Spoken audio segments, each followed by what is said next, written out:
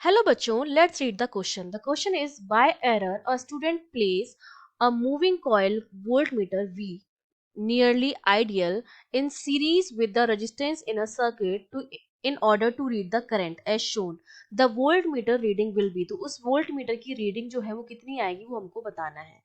तो देखिए जो सर्किट डायग्राम दे रखा है उसमें एक तो बैटरी जुड़ी हुई है, उस बैटरी का जो वोल्टेज है वो हमें गिवन है, कितना है 12 वोल्ट है।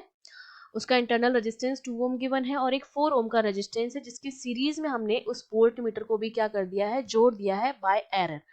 तो अगर मैं इसके की कॉन्सेप्ट की बात करूं तो सबसे पहले तो आपको पता होना चाहिए कि अगर हम वोल्ट मीटर की बात कर रहे हैं तो वोल्ट मीटर जो है वो पहले तो क्या रीड करता है, पोटेंशियल रीड करता है अक्रॉस 2 पॉइंट्स, ठीक है, जिसको हम वोल्टेज भी कहते हैं, मेजर करता है।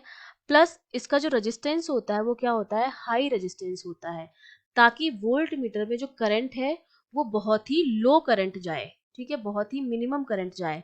लेकिन जब हम आइडियल वोल्ट मीटर की बात करते हैं तो आइडियल वोल्ट मीटर का रेजिस्टेंस हम क्या मानते हैं, आइडियल वोल्ट मीटर का रेजिस्टेंस हम मानते हैं कि वो ऑलमोस्ट इक्वल होता है इन्फिनिटी के।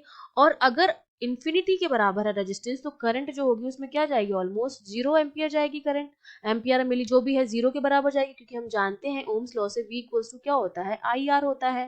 तो यहाँ से I मेरा क्या होता है, V अपॉन आर होता है। अगर R इन्फिनिटी हो गया तो मेरी करंट क्या हो जाएगी, 0 हो जाएगी। तो यहाँ पर हमसे ब्रैकेट में बोल रखा है कि हमारा जो वोल्ट मीटर है वो क्या है, आइडियल है। इसका मतलब इस वोल्ट मीटर में जो करंट जा रही है I जो है वो हमारी क्या है, ऑलमोस्ट 0 है।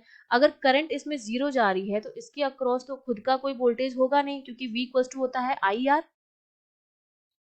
अगर I 0 है तो 0 इंटू आर जो होगा वो क्या आएगा, 0 ही आएगा। तो इसका खुद ये वोल्ट मीटर जो है कोई भी रीडिंग नोट नहीं कर पाएगा।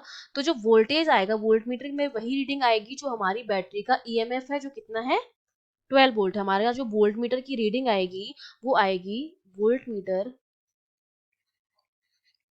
वोल्ट मीटर रीडिंग जो आएगी वो हमारी कितनी आएगी, जो हमारा वोल्टेज है across, voltage across the terminal, across its terminals, जो किसके बराबर है, जो बैटरी के ईएमएफ के बराबर है। तो वोल्ट मीटर की जो रीडिंग होगी वो किसके बराबर आ जाएगी, 12 वोल्ट के बराबर आ जाएगी, क्योंकि इसमें जाने वाली करंट 0 है। तो इस अगर इसको सीरीज में जोड़ रखा है तो वोल्ट मीटर की तरह काम ही नहीं करेगा, केवल एक रेजिस्टेंस की तरह काम करेगा। तो इसकी जो रीडिंग होगी वही रीडिंग होगी जो इसके टर्मिनल्स के अक्रॉस वोल्टेज है, वो हमारा कितना है, 12 वोल्ट है। तो डी ऑप्शन जो होगा हमारा करेक्ट हो जाएगा। I hope you understood well, all the best.